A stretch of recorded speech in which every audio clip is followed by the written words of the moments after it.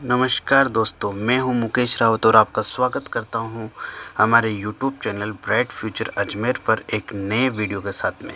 तो हम class 10th का चैप्टर 9 ले रहे हैं। कौन सा? निर्देशांक ज्यामिति, चैप्टर नंबर 9। कौन सा ले रहे हैं?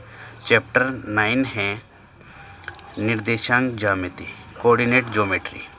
निर्देशांक ज्यामिति। प्यारे बच्चों देखिएगा, ये चैप्टर जो है 6 to 7 मार्क्स का चैप्टर है। बहुत ही इम्पोर्टेंट चैप्टर है और इसका किसी भी अन्य चैप्टर से कोई भी लिंक नहीं है। बहुत ही इम्पोर्टेंट चैप्टर है और ये 6 नंबर का एक सवाल इसमें पक्का आता है। लास्ट के क्वेश्चन जो रहते हैं अपने 6 नंबर वाले, उसके अंदर आते हैं। 2 क्वेश्चन आते हैं 3-3 मार्क्स के। अथवा के अंदर आता है, लेकिन अथवा के अंदर ये बेनिफिट है कि दोनों ही एक ही क्वेश्चन के अंदर जो दोनों अथवा आएंगे वो दोनों इसी चैप्टर के होंगे। ये बहुत ही पॉजिटिव बात है आप लोगों की। तो चलिए इसको स्टार्ट करते हैं। इस निर्देशांक ज्यामिति है, इसमें देखिएगा कॉन्सेप्ट कर रहे हैं कि जैसे ये हमारा एक क्या है मतलब कार्तीय तल बोलते हैं इसको, कि जैसे ये कार्तीय तल है, इसको हम जो है 2 लाइनों के द्वारा, ये 2 लाइन है, एक ये और जैसे ये लाइन है तो इसको बोलते हैं हम ऊर्ध्वाधर रेखा। क्या बोलते हैं? ऊर्ध्वाधर रेखा, वर्टिकल लाइन। क्या बोलते हैं? ऊर्ध्वाधर रेखा बोलते हैं या वर्टिकल लाइन बोलते हैं, या फिर हम बोलते हैं इसको वाई अक्ष। इसको वाई डैश बोलते हैं, इसको वाई बोलते हैं। तो ये वाई अक्ष ही होता है पूरा। और एक होता है हमारे पास में ये लाइन जो रहती है, इसको बोलते हैं क्षैतिज रेखा। क्या बोलते हैं? क्षैतिज रेखा, हॉरिजेंटल लाइन। क्या बोलते हैं? Horizontal line. और इसको बोलते हैं हम एक्स अक्ष। ठीक है, ये एक्स होता है, एक्स माइनस इधर होता है, एक्स डैश बोलते हैं जिसको। अब देखिएगा इस दोनों लाइनों के द्वारा, अच्छा पहले तो ये बात करते हैं कि दोनों लाइन जहाँ मिल रही हैं उस पॉइंट को बोलते हैं हम लोग मूल बिंदु, ओरिजिन, मूल बिंदु। फिर क्वेश्चन बनता है कि मूल बिंदु के निर्देशांक कितना होते हैं? 0,0। एक्स अक्ष भी 0 होता है और वाई अक्ष भी 0 होता है इसका। चलिए अब देखिएगा, अब इस दोनों लाइनों के द्वारा, दोनों जो रेखाएं हैं, क्षैतिज रेखा और ऊर्ध्वाधर रेखा, इसके द्वारा हम जो कार्तीय तल है इसको 4 भागों में बांट लिया। पहला, दूसरा, तीसरा और चौथा। इसको बोलते हैं हम चतुर्थांश। क्या बोलते हैं? प्रथम चतुर्थांश, चतुर्थांश, क्वाड्रेंट, फर्स्ट क्वाड्रेंट। और इसको बोलते हैं द्वितीय चतुर्थांश, द्वितीय चतुर्थांश। इसको तृतीय चतुर्थांश। ये 9th क्लास अभी जो नया पैटर्न आ रहा है उसके अंदर भी पूरा एक एक्सरसाइज है छोटा सा, 3rd नंबर का NCERT पैटर्न है, तो उसके अंदर भी है ये। मतलब निर्देशांक ज्यामिति जहाँ पर भी पढ़ेंगे ये चीज़ें आपको पढ़नी पड़ती है।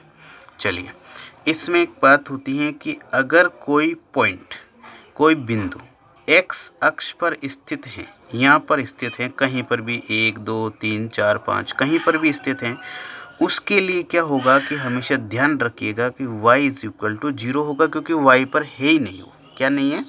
y पर उपस्थित नहीं है, वो मात्र x पर है। तो x के निर्देशांक होंगे, कुछ भी हो सकता है, 1, 2, 5 कुछ भी, लेकिन y हमेशा 0 होगा।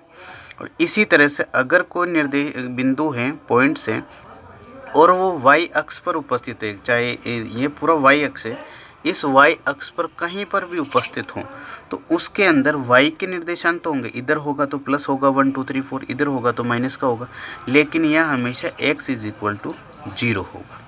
ये आपको बात ध्यान रखनी है। अच्छा, कोई भी बिंदु होता है, हम थोड़ा सा नीचे चलते हैं तो आगे बढ़ते हैं, तो इसके अंदर देखते हैं कि कोई भी बिंदु है, कोई भी बिंदु हैं, पॉइंट्स हैं P, उसके निर्देशांक कितना होंगे प्यारे बच्चों? हमेशा x, y होंगे। पहले हमेशा x आएगा, फिर हमेशा y आएगा। जैसे कि कोई पॉइंट है यहाँ पे, जैसे P पॉइंट, ये ले लिया मैंने, 1 यहाँ पर है, 2 यहाँ पर है, तो इसको इधर मिलाना है। इसका 1 यहाँ पर है, 2 यहाँ पे है, बाई चांस 3 यहाँ पर है। ये पॉइंट यहाँ मान लेते हैं कि यहाँ पर है, इस जगह पे।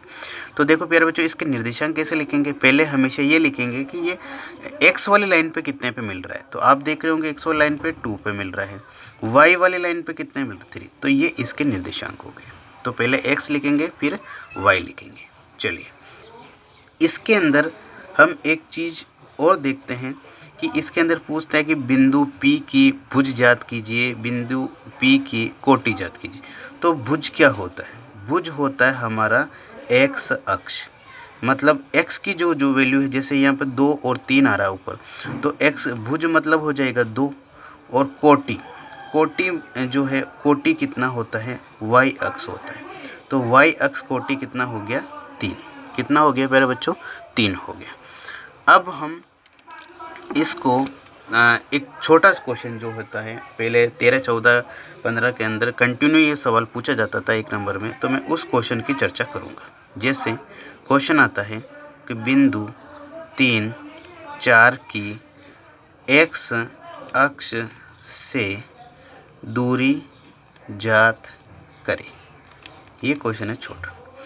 एक इसी तरह से लिख रहा हूँ मैं, बिंदु -3, 5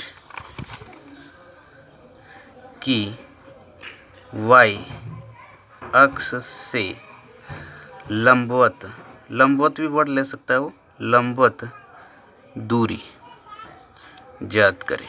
तो देखिएगा, दोनों प्रश्नों को देखिएगा। इसका आंसर जो है, हल जो है, बस इतना सा होगा कि जब भी आपको x पूछे तो देखिएगा प्यारे बच्चों इसमें y कोऑर्डिनेट कितना है। तो पहले तो आपको अगर समझ में नहीं आता तो आप इसमें ये लिख सकते हैं कि ये सर ये x होता है, ये y होता है, इसमें भी ये x होता है, ये y होता है। छोटा सा कॉन्सेप्ट है, बिल्कुल छोटा सा, कि जब भी आपको x पूछता है तो आपको y का आंसर लिखना है। क्या लिखना है? y का। अब बच्चे क्या करते हैं, बहुत सारे बच्चे ऐसे लिखते हैं, अच्छा x का पूछ रहे तो पहले तो x लिख देंगे, x बराबर क्या आएगा कि सर ने बताया था y वाला लिखना है, y, तो पूरा गलत हो जाता है। आपको क्या करना है, x पूछते हैं तो y लिखना है। ये ध्यान रखना है कि x पूछते हैं तो y लिखना है, और यहाँ y पूछ रहा है तो y पूछ रहा है, तो इस जगह हम लोग क्या लिखेंगे?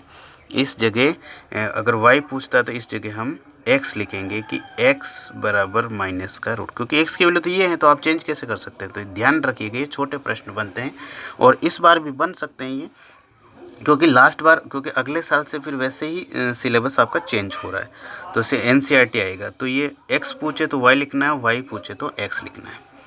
फिर देखिएगा आप लोग, आगे चलते हैं तो हम बात करते हैं दूरी सूत्र की। किसकी बात करते हैं? दूरी सूत्र की। दूरी सूत्र की। तो देखिएगा, दूरी सूत्र क्या होता है? 2 बिंदु है मेरे पास में, ये है A और ये है B। इन दोनों में सिर्फ 9.1 की बात कर रहा हूँ अभी, और आप कहेंगे 9.2 भी इसी में चर्चा कर लेते हैं।